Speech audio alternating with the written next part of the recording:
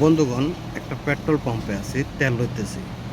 এই যে দেখেন, 6 দিনে 60 টাকা, অর্থাৎ প্রায় 2000 টাকায় তেল পাইলাম 30.5 লিটার। এর থেকেও বেশি, অর্থাৎ পৌনে 31 লিটার। টাকা কত? বাংলাদেশি টাকায় 2000। অথচ এই 2000 টাকা দিয়া আমি 30 লিটার পান করার, খাওয়ার, যে যাই বলেন, বিশুদ্ধ পান করার পানি পাবো না।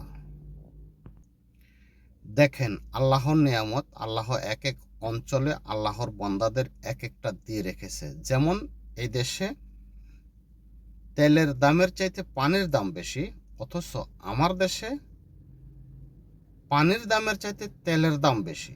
সুতরাং আল্লাহ যে অঞ্চলে ওনার বান্দাকে যে জিনিস দিয়েছে, এটা সঠিক ব্যবহার করুন। পানির অপচয় করবেন না। পানি যে আল্লাহ পাকের কত বড় নিয়ামত, সেটা আপনাকে বলে বোঝাতে পারবো কিনা আমি জানি না। সবাই ভালো থাকবেন। আল্লাহ হাফেজ। আসসালামু আলাইকুম রহমতুল্লাহ।